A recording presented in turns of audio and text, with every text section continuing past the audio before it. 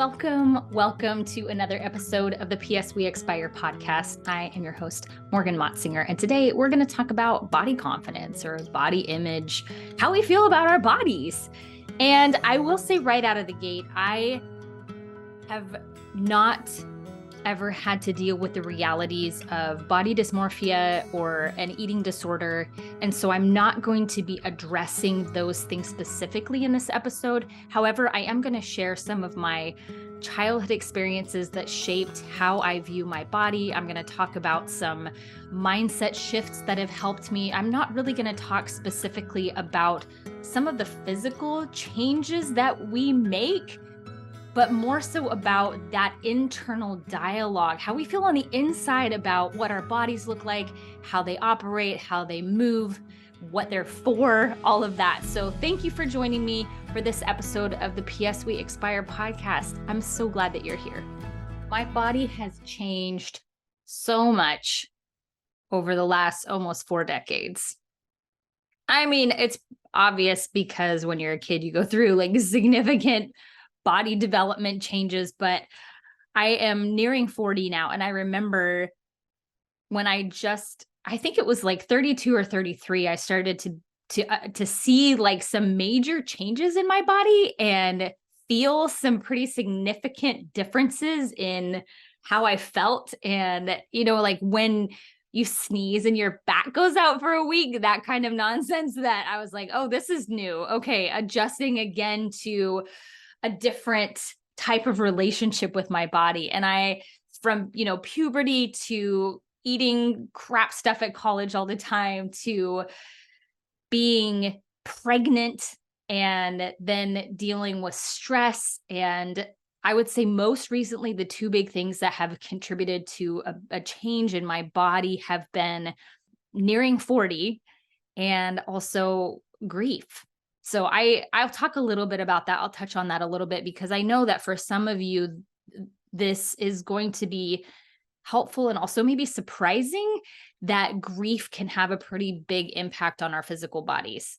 But first, I want to talk about just like 2 things from when I was a kid that for a long time really kind of messed with how I felt about my body. And the first one was when I was 12 years old. I was down, the junior high school was just down the street from our house. And it was during the summertime. It was the summer right between 6th and 7th grade. So I was just transitioning to become a junior higher. And I was down at the junior high with my sister, and there was a chain link fence that separated the track of the junior high from a residential area, from a neighborhood. And my sister and I were running around the track, and the sprinklers came on, and we were playing in the sprinklers, and we took off our socks and shoes and ran in the sprinklers. And it was a really lovely summer time activity to do together. And we left and we're heading back up towards our house, and she was quite a ways away from me. And I realized that I had forgotten my socks down by the track. So I said, okay, I'll be right back. She waited up there. I ran down, grabbed my socks, and I hear this, hey, from the other side of the chain link fence. And there was a man on the other side of the fence. And he had sunglasses and a hat and a coat. I didn't really think anything of it, but in retrospect, I'm like, that's super weird clothing for the middle of summer in blistering heat of Utah. But anyways, so he gestured for me to come over, and I went over next to the fence, and he said, hey, are there any high schools around here? And, me being a little junior higher, elementary school kid, didn't know the names of any roads or anything. And I tried to explain to him where the nearest high school was. And he's like, oh, okay. Hey, how old are you? And I said, I'm 12. And he said, nice tits. And I froze. And then I turned around and started to walk up towards my sister. And he said, hey, come here. And as I kept walking, he yelled louder, hey, come here. And I'm really grateful for 2 things. 1, that there was a chain link fence separating us. And 2, that I had the wherewithal to not continue to engage with him, but turned around and walked back with my sister. And, when we got home, I told my mom about it, and she called the non-emergency police line to let them know that there's this creep around in the neighborhood talking to children, but the interesting thing about that is that for a long time, not only did I hate the word tits, but I also hated my chest. I really, I wore sports bras a lot. I wanted to minimize them. And, looking back now, I recognize that I wanted to do whatever I could to minimize the drawing any attention to that part of my body. So I started to try and hide that part of my body. There's a whole bunch of, I didn't even think about this until just now, but there are a lot of things that came as a result of also growing up within purity culture that really impacted how I felt about my body. And now that I'm thinking about that, I'm definitely going to talk about this in this episode a little bit, because I think this is really important. But the second story from my childhood that really impacted how I felt about my body for a long time was when I was in high school and I was at camp, and there was another high school boy. And for the life of me, I cannot understand why he thought that this was a good idea to say to a high school girl. I don't know if he thought that it was a compliment, or, he must have for some reason thought that it was a compliment, but he told me, we were out running around being high schoolers, and he told me that I had great birthing hips. Okay, great. So just another part of my body that I then became very aware of and very self-conscious about, and just had this, I think what I came away with was this twisted belief that other people had a right to comment on what my body looked like. That, that it's amazing to me that the things that we hear when we are developing physically and mentally, those things stick with us for a long time.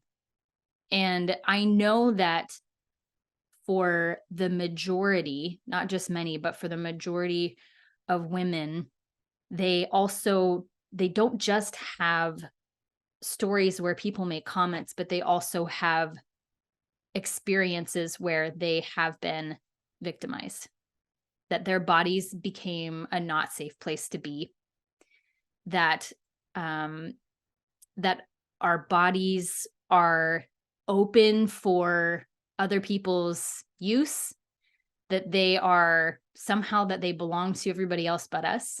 And so I want to address a couple of those things today where we start to think differently about our bodies. So really quickly, I will just address, because it came up, I will address this purity culture thing. For a long time, I, was told you have to be careful how you act and you have to be careful how you dress, because you don't want guys to be tempted. That it was somehow my responsibility to keep guys' minds, quote unquote, clean, that I needed to do my part to keep them from temptation. And there's two things about that. One is that it instilled in me this belief that other people's thoughts and emotions were my responsibility, which is just total crap, because you can't actually do anything to make other people think or feel a certain way. You just can't. You absolutely can influence how people feel, but you are not responsible for how other people think about you. You're not. That contributed to many, many years of people pleasing. And I don't think that I even recognized how those two were linked. But that was a big message that I got as a child, that my body was dangerous, that my body was a temptation, that my body needed to be covered up, that my body needed to be hidden away, that my body needed to be not draw attention, that my body needed to be smaller. And there's a lot of really negative things that come as a result of that kind of messaging. But I would venture to guess that even if you did not grow up in a religious environment, that you heard the rhetoric that comes with purity culture, that you still have a lot of body image stuff that is really difficult. The two ways that we can think about body image is the reality and what we tell ourselves about the reality. So the reality might be the scale says X amount of pounds. The measuring tape says X amount of inches. My pants say this size. My shirt says this size. My bra says this size. Okay, so that is the reality, the system that we live in that tells us how to measure reality. That is not a problem. It is not a problem if we wear a size small or a size large or a size extra large. That's not the problem. It doesn't matter what the scale says. It doesn't necessarily matter what the BMI is, the body mass index is. It doesn't matter what that number is, because it doesn't mean anything. It doesn't mean anything until we attach a story or a meaning to that number. So even like understanding that calories are just a unit of measurement for energy. When I learned this, it kind of blew my mind a little bit. Calories on a food package refer to the energy value of that food. That's it. That's it. All it is a unit of measurement for the energy in that food. It doesn't mean anything about if it's good or bad. We have this like really weird thing where we attach morality to the things that we eat. Like we say that food is really bad, or we say I was really bad because I ate that. We got to stop that shit. That is so detrimental to the way that we think about our bodies and the way that we think about food. I'm getting into my thing here, but so the first thing was the reality, what the scale says, what the shirt size says, what the pant size says, what the scale says, what the measuring tape says. So we have the reality. And then number two is what we tell ourselves about reality. So there, you could go anywhere to find people who will teach you how to change the reality, from weight loss coaches to nutrition coaches to primary care physicians, et cetera, et cetera. You have health coaches that will help you change the reality. They will do, blood tests or measurements, and they will give you tactics to change how your body is shaped, change how much you weigh, et cetera, et cetera. So they're helping you change the reality. What I want to talk about on this episode is how to change what we tell ourselves about the reality, how to change the meaning that we attach to the reality. So I'm not going to talk about like weight loss tips or any of that. I'm really just talking about what's happening in the inside when we think about the reality of what our bodies are. Many, many times on this podcast, I have talked about who we are apart from what we do in the world. And I also want to say that a big part of this is who we are that's apart from just this physical container that we happen to be operating, right? I didn't choose to be born to the parents that I did with the genetic health problems that I did. I didn't choose to be born with brown eyes and 5'6" and blonde now, but brown hair. I didn't choose any of that. I didn't choose how straight my teeth are, or, that hypothyroidism runs in my family. I didn't choose any of that. That is the reality that I was born into. But that physical reality is not who I am. The physical reality just happens to be a way that I get to experience what being human is. That my soul gets to experience emotion, because emotion operates in the physical body. I get to experience love, joy, peace, happiness, frustration, anger, jealousy, lust, all of those things. I get to experience those because I have a physical body in which those emotions can move. I get to experience the electrical impulses that make my hands do this when I'm talking. I get to experience the electrical impulses that make my vocal cords move in response to the thoughts that I'm thinking. I get to say the words that I'm saying, but the physical reality of my body is not me. Underneath all of that is the capital S self that all of us have, and we are experiencing that self through our physical reality. So that's probably the biggest the biggest thing that the foundation that I want to start from is that your body is not you. Your body is a way to express you.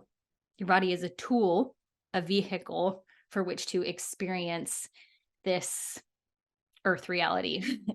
Your physical reality can never touch who you are at your core. That your physical reality, your body, doesn't ever determine your worth, doesn't ever determine your capability of loving others or being loved. It doesn't ever diminish your connectedness to all things, even when we don't feel like it. It doesn't diminish how much God loves you. It doesn't diminish your connection to source. None of that is diminished or changed or affected by our physical state. Our capital S self is always available to us. So with that in mind, let's talk a little bit about doing things for our physical bodies in service of our minds. So I recognize that our brains function as part of this physical reality, but when I had this like shift from recognizing that the most important thing to me is my mental faculties, is my brain, is my ability to think clearly, to be able to take action on my ideas, to be able to create. I started to think about, okay, what choices can I make in service of my brain? What kinds of things can I eat? What kinds of movements can I do that I know positively affect my ability to think clearly, that affect my ability to think creatively, that affect my ability to reduce stress? And when I started to do that, it just was a really positive shift for me where I stopped doing things to my body to achieve a certain result. And I started to do things for my body in service of myself as a whole being. That I recognize that for instance, when I drink caffeine, which ends up being more than like anything that's like more than 100 milligrams a day, that my anxiety goes through the roof, that I don't feel good, that it's more difficult for me to be pleasant and kind to other people. It's when I feel like crap because of the things that I've eaten that I know don't make me feel very good. I'm looking at you, dairy. It is more difficult for me to focus outward onto other people because I'm so consumed with how shitty I feel. So I started making choices that helped me just feel better.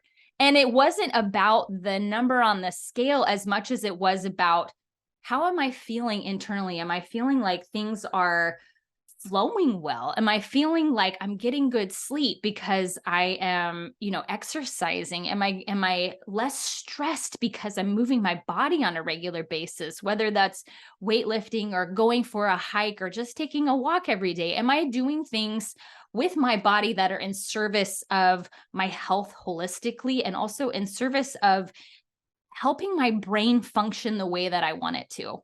So this is a healthy shift in the way that we relate to our bodies. Another thing that will help bring a healthy shift to the way that we view our bodies is we need to start making long-term health goals now.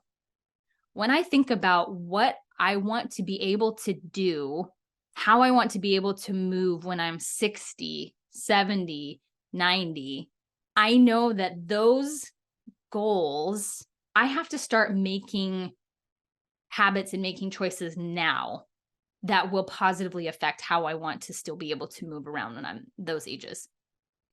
It's kind of like, it's like compound interest. So we know that the choices that we make now with our finances to make choices to invest in something that has compound interest is going to have a payoff down the road. But many of us, when we don't feel like we have enough instant gratification on the choices that we're making now, we lose steam and we don't do them. So this is really helpful if you want to get really clear on the choices that you want to be making now for your body and your mind. Think about how you want to be able to function in your life. Do you want to be able to lift your grandkids? Do you want to be able to take trips? Do you want to be able to go on walks? What kinds of things do you want to be able to do when you're those ages? Especially if you are banking on retirement being the time when you get to enjoy many things that you're putting off right now in service of, work and raising children, et cetera, et cetera. If you want to be able to do those things, you have to be making decisions now in service of those long-term goals. I would look into the work of Peter Attia, who has a great book called Outlive, and it's the science of longevity. This is a fantastic book. And one of the reasons it's so great is that Peter Attia talks about this very thing with his patients. He's a doctor and he asks his patients, what exactly do you want life to look like? Okay, you want to be able to take a walk with your dog. What size dog are you walking with? Is it a small dog? Is it a medium dog? Because you need a different kind of strength if you're going to take a walk with a medium dog where you can still be safe. So these are the types of things that you can be thinking about, making decisions now for your long-term, not just your long-term life, like living long-term, but what kind of quality of life do you want to have long-term? Start making those choices now. So that's another healthy shift, is you start making those decisions for your future self now. When the next one is to develop a mindfulness practice that gets you into your body. Developing a mindfulness practice that helps you really listen to what's happening in your body. Many of us, if we have experienced something that made us feel unsafe in our bodies, this can be a really, really big deal to have this shift. Some of you who have experienced some trauma would really likely benefit from some help getting back into your body, to understanding that it's safe. Some really practical tools would be somatic work. Breath work would be a really good one. Doing EMDR, working with a trauma therapist. These are the types of things that can help you as you are learning to get back into your body. And I know that even just saying get back into your body sounds like, what? Like, I've always been in my body. What are you talking about? That doesn't make any sense. But I think the biggest way that I can describe what it feels like to be in your body is that you are in touch with the nonverbal wisdom, the nonverbal cues that our body gives us ahead of our thinking mind, ahead of our cognition. So for thousands of years, humans have existed pre-language. So we operated from nonverbal cues, and the majority of our communication still lives in the nonverbal communication. So 70% of what we're saying in a conversation is nonverbal. So our bodies have this deep innate wisdom to them that we have learned to kind of cut ourselves off from, right? We live so much in our cognition. We live so much in our intellect. We live so much from the head up that we have been trained to not listen to the wisdom of our bodies. One of the ways that I have developed this differently for my children than I think the ways that like I was raised was, and I don't think that my parents did this, but I know many, many people have done this, and I've seen this with my own children, is when you're asking them, oh, give Uncle so-and-so a hug, and your child doesn't want to, or maybe you were that child and you didn't want to give Uncle so-and-so a hug, and you were forced to ignore the cues that your body was giving you for being uncomfortable with giving Uncle so-and-so a hug. And there may not have been anything wrong with Uncle so-and-so. That's not the point. I'm not saying that Uncle so-and-so is a predator or a creep or anything like that. But what I am saying is that we are taught from a young age to ignore the wisdom of our bodies. We are taught to ignore the impulses and the urges. We're taught to ignore the cues that our bodies are giving us, that something just doesn't feel quite right. And we have to relearn how to honor the cues that our body is giving us. What I think happens then is that even just in like the realms of like eating, when we are disconnected from the cues that our body is giving us, that's when we like eat mindlessly. We eat when we're not hungry. We eat because the clock says it's time to eat, instead of dipping into what our bodies are actually telling us they need. This is when we push ourselves, push ourselves, even though we know we need a break.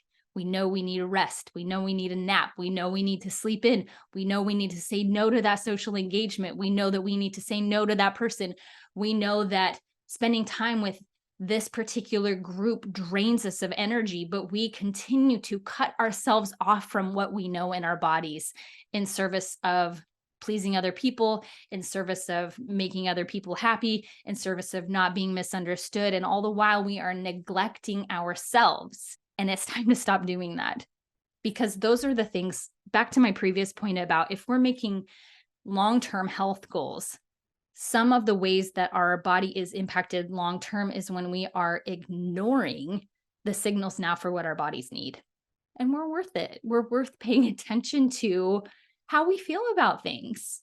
So developing a mindfulness practice where you get back into your body and pay attention to how things really feel is so powerful. I remember going to my very first yoga class and being introduced to this idea of breathing into parts of my body. And I was like, what? This makes no sense. Like breathing into my lungs. That is all that makes sense to me. But it really was like using the breath to pull my awareness into certain areas of my body. So when I was in, a particular pose and I was feeling the burning in my left thigh, I would pull my awareness down into my left thigh and focus and concentrate there and really feel what it felt like. So this is what I'm talking about is being able to move your consciousness into different parts of your body. If you have a difficult time doing that, take heart. Like this is a skill that we develop. When I did, maybe I already shared this on a previous episode, but I think it bears repeating. I just did EMDR therapy for the first time a handful of weeks ago. And I had, so much of my experience with EMDR was my therapist saying, what did that feel like? What came up? What came up? What came up? And I found myself continually intellectualizing the experience that I had. And I had to keep pushing myself back into my body to feel what I actually was feeling in EMDR, in the sessions where we were addressing a particular really difficult event. And that's the way that you heal it, is you allow yourself to really be present in your body with whatever is actually going on. You get to feel everything that you felt in those moments. So this is not easy, but it is able to be developed. This is a skill that you can develop, and it is worth it. Just take it in small doses. If you are new to any kind of embodiment or somatic work, just taking it in small little doses where you just start to get back in touch with what exactly your body is telling you. The next one is take inventory of the attention that you're giving on social media. Whew, this is a big one. I was following quite a few like fitness accounts for a while. And my thought was, I don't think this was a conscious thought, but my thought was like, if I see these women who are super fit, then it will motivate me to become super fit. And some accounts that actually does happen where I find it very encouraging, and some of them it doesn't. Some of them I just feel bad about myself. And I don't think that it necessarily has anything to do with the person who's producing the content. I think it's just not an energetic match.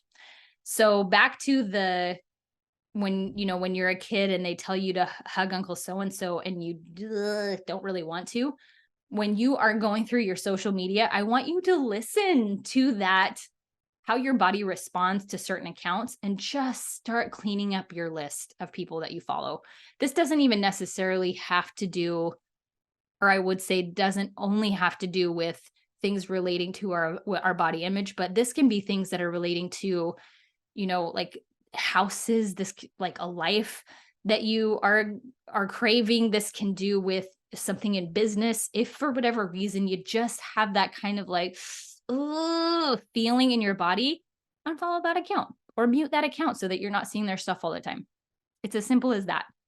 If you feel more empowered through the content that you are consuming to be more proactive, more creative, more loving, more gentle, more connected in your life, those are the accounts that you want to follow. If you feel disconnected from yourself, if you feel anxious, if you feel stressed, if you feel like shit about yourself, if you are recognizing this internal dialogue of negativity is ramping up, don't follow those accounts.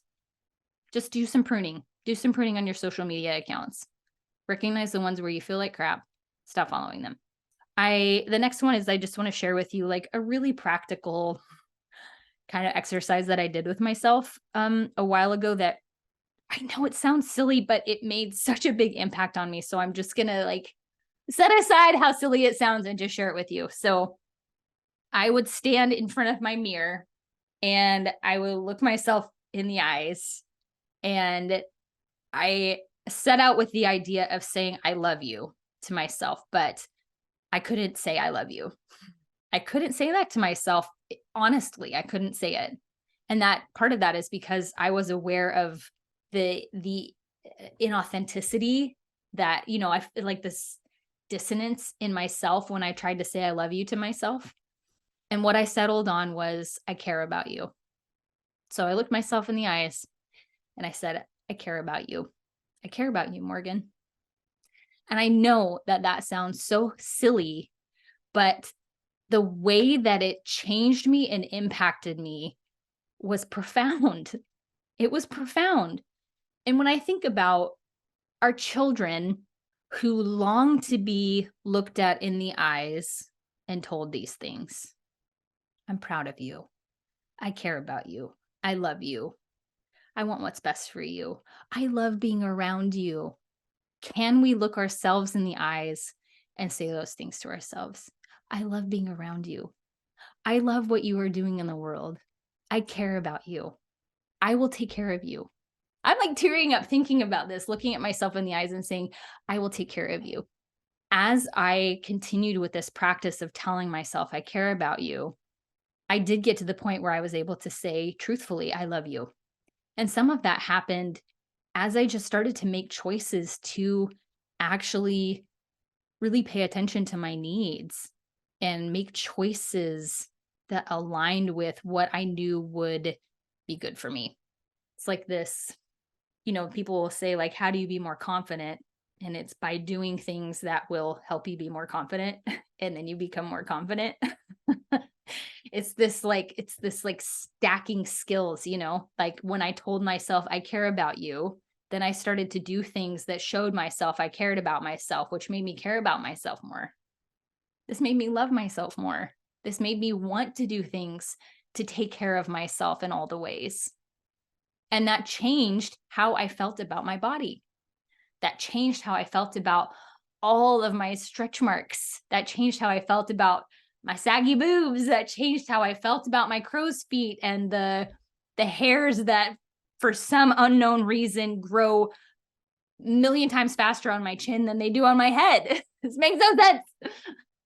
This made me laugh about things like, oh gosh, okay, I'll just say this. Like, I know that for those of you who have breastfed and that your boobs just aren't perky like they used to be, or really full, that sometimes when you put a bra on, it just is like boob soup, right? Like like your boobs just settle in there and they just are like ladles, right? So your boobs are in your boob soup or in your little bra ladles. Anyways, it has been a really lovely practice of being able to laugh about those things instead of looking at younger women who have perky breasts and feeling like, I wish that I looked like that. Like, I get to look at the reality of my soup boobs and laugh and be so grateful that they did the things for me and my children that I hoped that they would, Okay, so saying I love you or I care about you in the mirror, or whatever phrase helps you really connect with yourself. And the last one is, it takes a lot of bravery to make changes that may not be viewed very kindly by other people. So if you decide to stop drinking if you change the way that you eat, you I maybe not even may, but you probably will get comments from people who are used to you doing things the way that you've always done them. You will get comments from people who project their self-judgment onto you. You will get comments like, "Oh, you only eat that now." Or, "Oh, just why don't you just have a little bit of this? It's fine." Or, "What, are you too good to drink with us now?" You're going to get comments from people when you start to make, and this even just is in eating or drinking, but think about the implications of this when you start to develop your life differently, when you start to make different choices in your relationships, when you start to make different choices in your career or your business, when you start to do things out of the ordinary, you start to think differently than other people, you will get pushback because everybody, myself included, we like things to stay the same. That is our natural wiring. But the more that you make choices that go against the societal grain or the standard grain, but that feel so aligned to you, the more confident you will become, the more you will love yourself, the more you will never be okay again with neglecting yourself and your own needs. I'm going to say that again. You will get to the point where you are not okay with neglecting your own needs. So many of us neglect our own needs in service of just keeping the peace. That's enough. That's enough of that. You've kept the peace long enough. You don't have to do that anymore. This is your permission slip to stop neglecting your own needs. Now, again, like, how does all of this tie back into body image? Because I don't know that I really talked about body image that much, but it goes back to what my purpose of all of this was, is the difference between the reality and the story that we tell ourselves about the reality, the meaning that we make from the reality. I'm not addressing anything in the reality. I am addressing the meaning that we make out of the reality. The stories that we tell ourselves about our bodies, that's not good enough. Or we're pinching and poking and stretching and squeezing parts of our bodies that we don't like.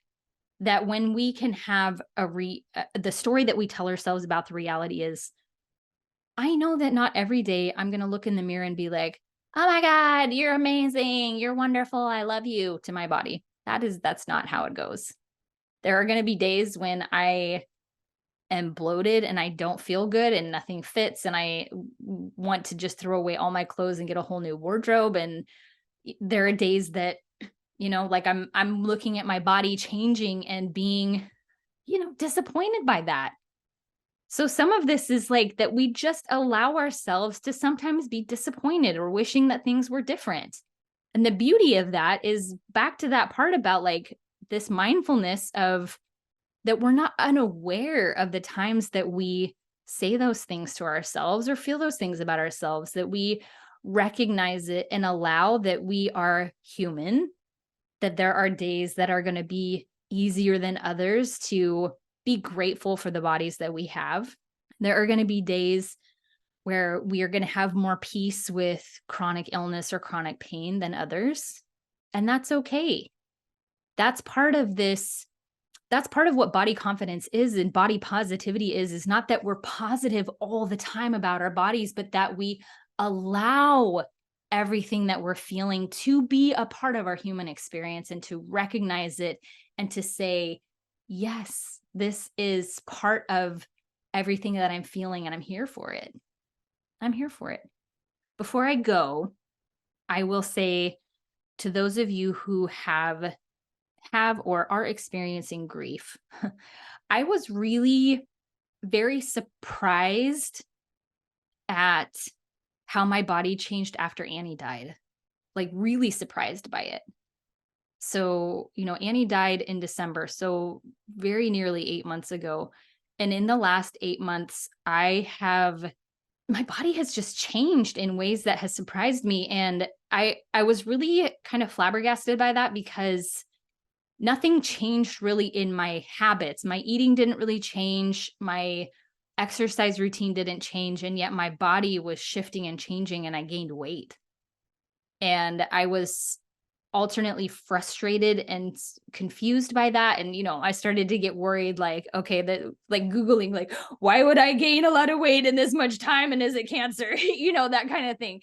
Turns out it's not. Like, post child loss is a body post child loss is a real thing.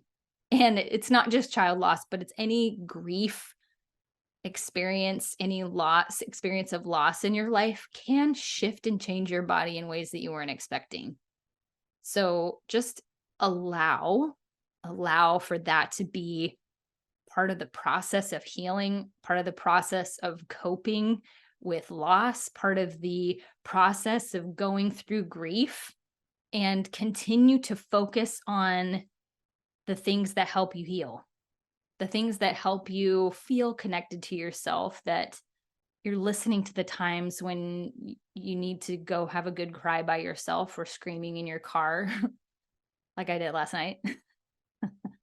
That you're listening to the times when, like, I've had days where I have a whole list of things to get done and I don't do any of it. And I take 3 naps, because that is what my body needs right now as I'm dealing with this new reality. Our bodies are complex. There's not any one formula that helps us, have the bodies that we want, that helps us move in the way that we want to, or there's not anything that ever is going to keep us from being in pain at some point, or, probably needing medical intervention like a surgery or, something, a hip replacement or, whatever. Our bodies are going to wear out. And that's part of also just the coping with the fact that we are not exempt from entropy. We're not exempt from our bodies wearing out and succumbing to the pull of gravity. We're not going to be outside of wrinkles and shrinkage and our bones becoming more brittle. But what we can do is we can develop our minds. We can continue to become more kind and compassionate people all the time, not just to others, but to ourselves as well. And we can embrace the wisdom that comes with change. So thank you for joining me for this episode of the PS We Expire podcast. I hope that you learn to embrace all parts of yourself, and that the shift would really take hold for you from doing things to your body to make it behave a certain way, to becoming a co-creator with your body and a partner with your body, that you treat your body in a way that is in service of your health from head to toe, inside to outside. Your mental health, your spiritual health, your emotional health, and your physical health would all be connected, and that you would find ways to enjoy experiencing what's happening in your body. Because that's the joy of the human experience, is when we actually experience it, where we don't cut ourselves off from any part of feeling everything that we're feeling in this. So I love you all very much. And I really, really hope that this was helpful to you in your journey of caring for yourself to a new level. So before we go, P.S. Expire.